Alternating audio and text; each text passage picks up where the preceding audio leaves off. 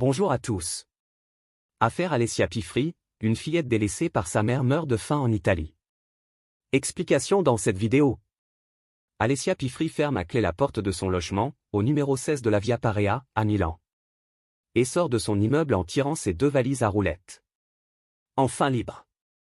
Ce 14 juillet 2022, elle va rejoindre son amoureux à Bergame, une autre jolie ville italienne de Lombardie. Amour, soleil et chaleur tout le week-end, quel super programme. Le hic, c'est que dans l'appartement désormais silencieux, plongé dans l'obscurité, il y a quelqu'un. Une enfant de 18 mois, laissée dans son petit lit, sans surveillance. Dans le tourbillon des préparatifs, Alessia a-t-elle oublié de déposer sa fille chez la babysitter? Pas du tout. Elle sait pertinemment que la petite reste seule. Mais ça ne l'empêche pas de partir. Alessia Pifri n'aurait jamais dû devenir mère. Cette divorcée de 37 ans, plantureuse, folle d'elle-même, se prétend pourtant pédopsychologue. En réalité, elle ne travaille pas et vit d'allocations. Sa seule activité est d'écumer les sites de rencontres et de se prendre en photo. Longtemps, elle a vécu seule dans son petit 2 pièces, puis en 2020, catastrophe, elle se retrouve enceinte. Qui est le père? On ne sait pas et il est probable qu'elle ne le sache pas elle-même, vu le nombre de partenaires qui défilent dans son lit. Ce qui est sûr, c'est que ce bébé, elle n'en veut pas. Mais il est trop tard pour avorter. La petite Diana vient au monde le 29 janvier 2021, presque par surprise, alors qu'Alessia est dans sa salle de bain. Le temps d'appeler les secours, la fillette est déjà là, minuscule, fiévreuse, malade. La petite prématurée devra rester hospitalisée de longs mois. Et quand enfin elle peut rentrer à la maison, il faut encore repousser la date. Sa mère n'est pas là, elle fait la fête à Monte Carlo avec son amant du moment. La cohabitation avec ce nourrisson non désiré s'annonce mal. Le plus souvent, Alessia fait comme si la gamine n'existait pas. Rusée, elle annonce une grande fête pour le baptême, reçoit les cadeaux, les revend, puis annule l'événement. Elle achète une poussette, afin de pouvoir l'y coller, mais l'effort financier s'arrête là. Cette petite fille fluette et silencieuse ne lui inspire aucune tendresse, aucun sentiment maternel. Elle la prend peu dans ses bras, ne lui parle pas, ne la cajole pas, ne joue jamais avec elle. Au parc, Diana doit rester près du banc où sa maman s'assied. Si elle fait un pas vers un autre enfant, Alessia la rappelle à l'ordre. Dans l'immeuble, on ne l'entend jamais pleurer. Et encore moins rire. On la croise parfois en compagnie de sa mère, mignonne, toute menue, avec des yeux immenses étrangement dépourvus d'expression. Un petit fantôme au regard vide. Pour un peu, les voisins, mal à l'aise, croiraient cet enfant drogué. Hélas, c'est bien le cas. Retour au 14 juillet 2022. C'est sans état d'âme qu'Alessia laisse la petite à la maison. Tout le week-end, elle profite à fond de son petit break. Baignade, bronzage, amour. À quel moment la fillette abandonnée dans le noir avale-t-elle les dernières gouttes de son biberon? A-t-elle encore la force de pleurer quand la soif dessèche sa bouche, brûle sa gorge? À quel moment ressent-elle les premiers symptômes de l'agonie? Au 3e jour d'absence de sa mère? Au 4e? Au 5e?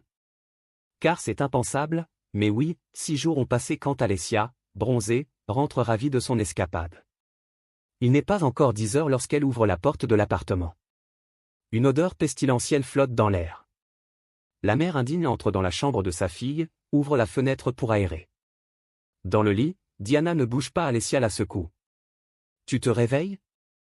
Pas de réaction. Diana? Un peu affolée tout de même, la trentenaire constate alors que la petite est inerte et froide. Elle essaie un massage cardiaque, lui mouille le visage pour la ranimer. Geste dérisoire. Diana est morte. Alessia comprend d'un coup qu'elle risque la prison. Alors, pour prendre les devants, elle se livre à une comédie sinistre. La voilà qui se précipite dans la cour en hurlant, la petite dans les bras. Elle ne respire plus.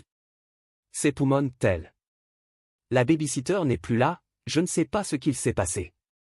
Un voisin accourt, alerte les secours. Les pompiers sont là en quelques minutes.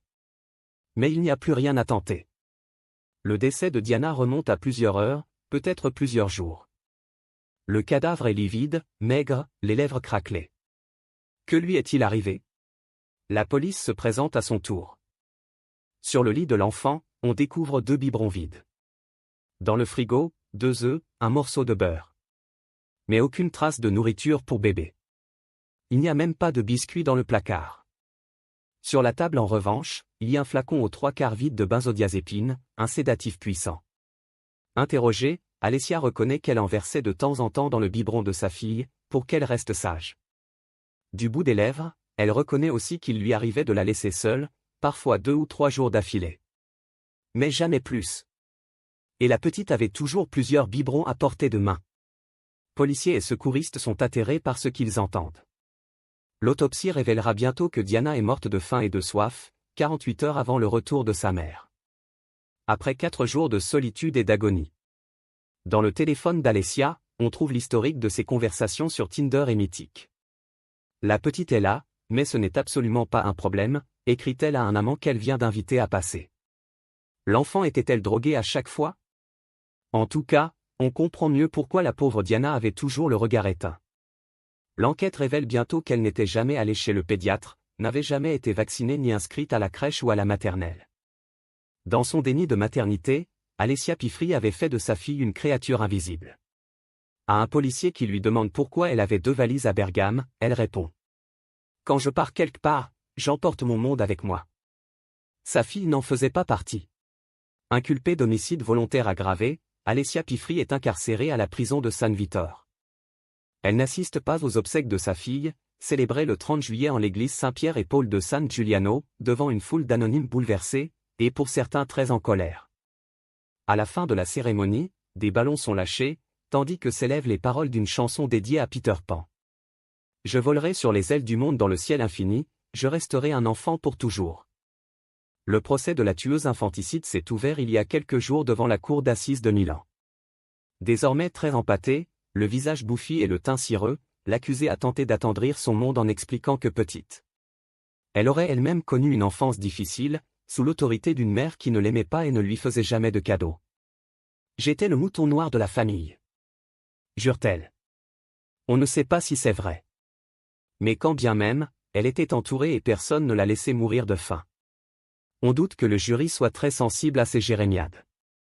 Verdict attendu dans les prochains jours. Il sera sans doute impitoyable.